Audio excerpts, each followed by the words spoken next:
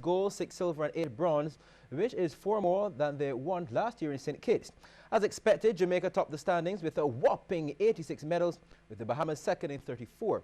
Last night, the under-18 boys 4x4 meter relay team of Rasheem Griffith, Anthony Hoyt-Small, Nathan Ferguson and Jonathan Jones won silver in 3 minutes 13.16 seconds, while the under-20 boys 4x4 meter relay team of Akeem Marshall, Romario Marshall, Josiah Beckles and Kevin Briggs secured bronze in that event in 3 minutes 19.63 seconds.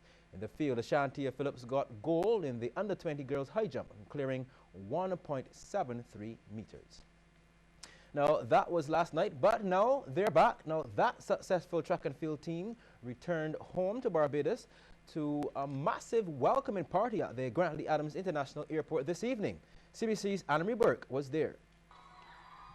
The banners, the balloons, the scenes of jubilation were all part of the welcome home the Barbados track and field Carifta team received as they returned home from the just concluded games in Grenada with 20 medals.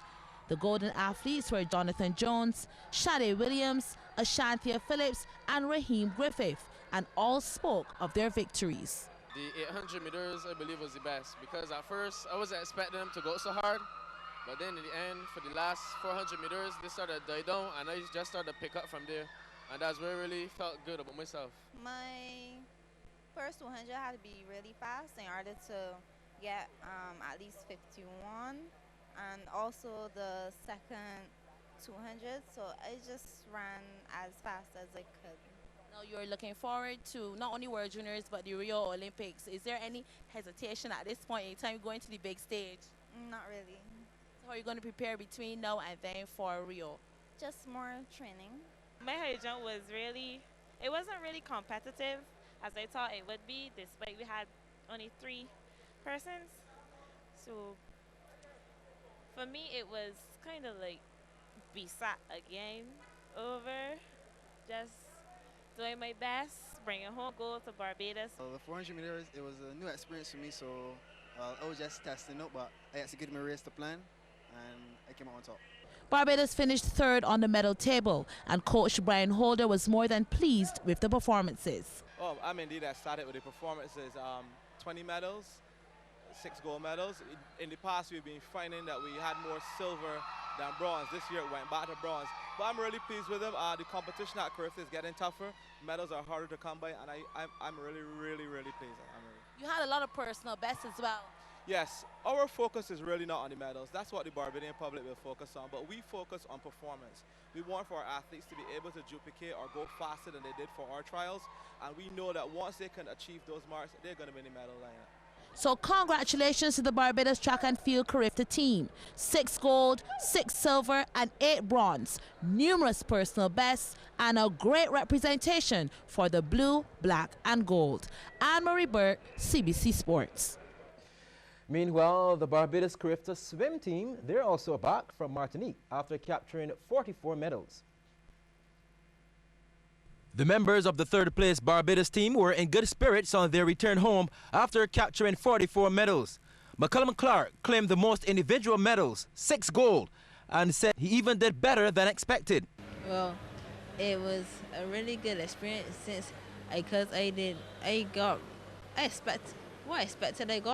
Well, I did more than I expected to. I have 11 medals, 6 gold medals and 5 bronze. And in these medals, I have 3 relay medals and 8 individual. Daniel Titus was also outstanding in the 13 to 14 category. Well, it was my first year in 13-14, so I know there were going to be girls that are faster than me and of course older than me. So I knew I had to swim my best times and really step up my game. So that's what I really did when I went to Carifta. Titus described her 100-meter record back as her biggest challenge.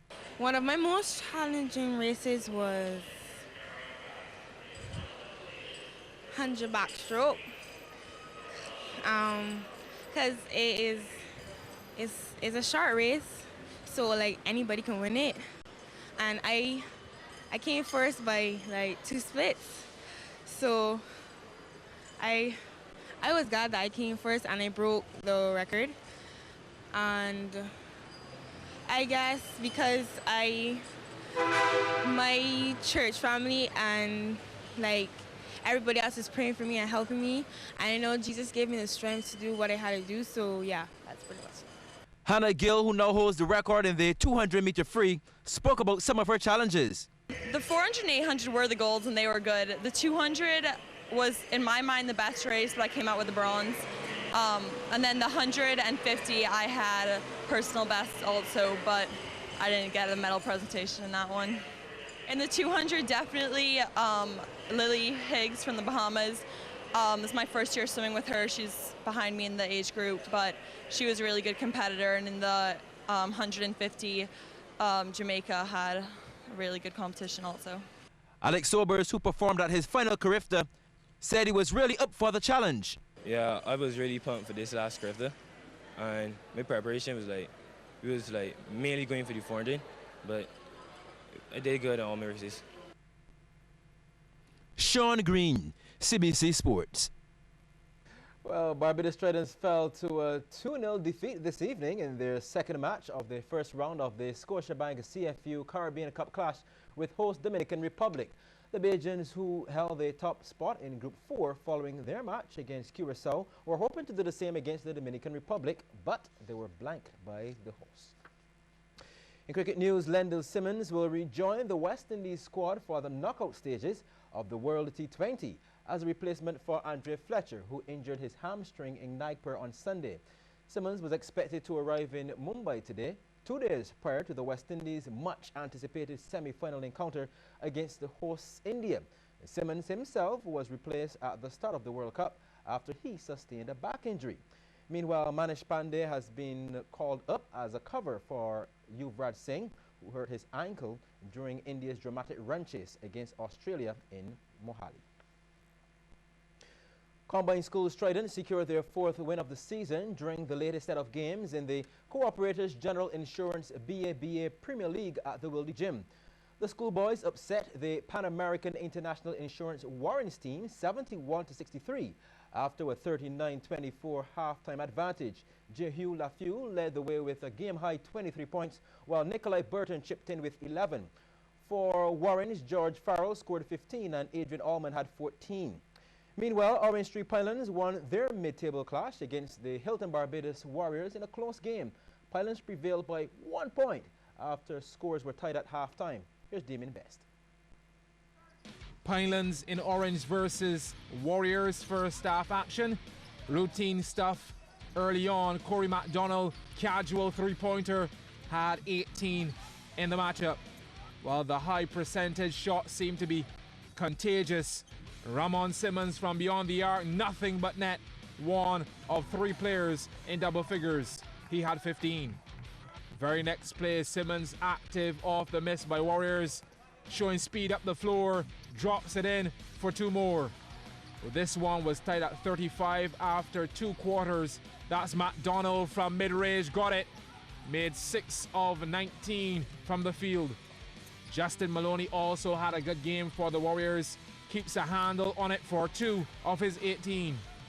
Jamar Headley, though, led all scorers with 20. Nice cut to the basket.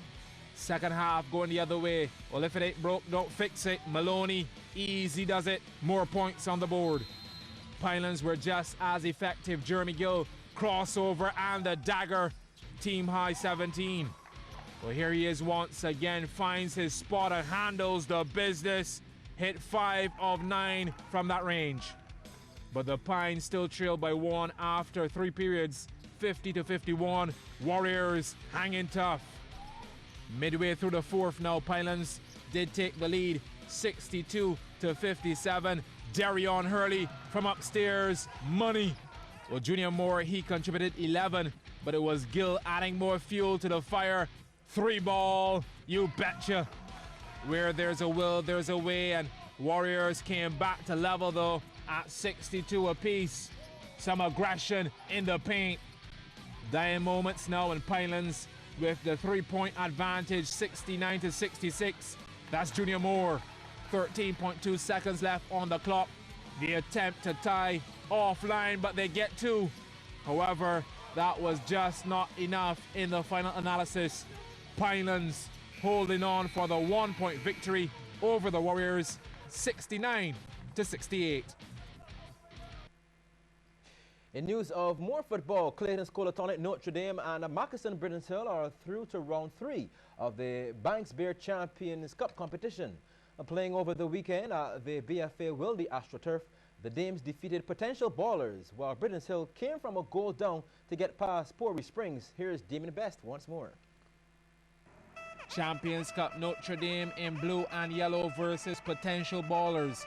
After a goalless first half, this is the second half. Potential Ballers with a golden chance. Dames losing possession in a critical area.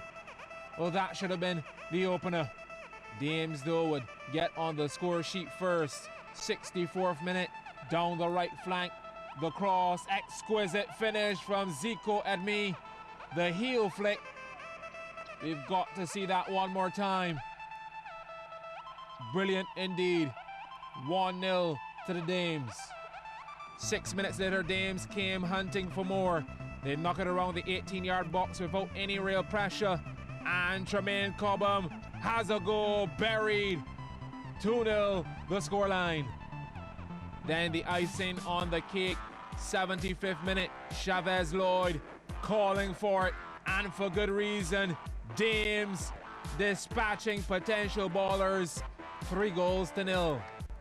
Second encounter, Britain's Hill in black playing Pori Spring. Talk about service on a platter. Perfectly weighted, and Antonia Arthur, clinical finish. 1-0, what a start. Well, Pori Springs defense did an excellent job keeping Britain's Hill off the score sheet in the first half. Let's go to the second then. Time ticking away, 89th minute. Free kick to Britain's Hill. Dangerous position, Jermaine Ford unmarked. A golden header. We're tied at 1 apiece. And in fact, Britain's Hill will go on to win the matchup 2-1 to Shane Lord, scoring in extra time. Damien Best, CBC Sports. Well, that's sports. Business, that's next.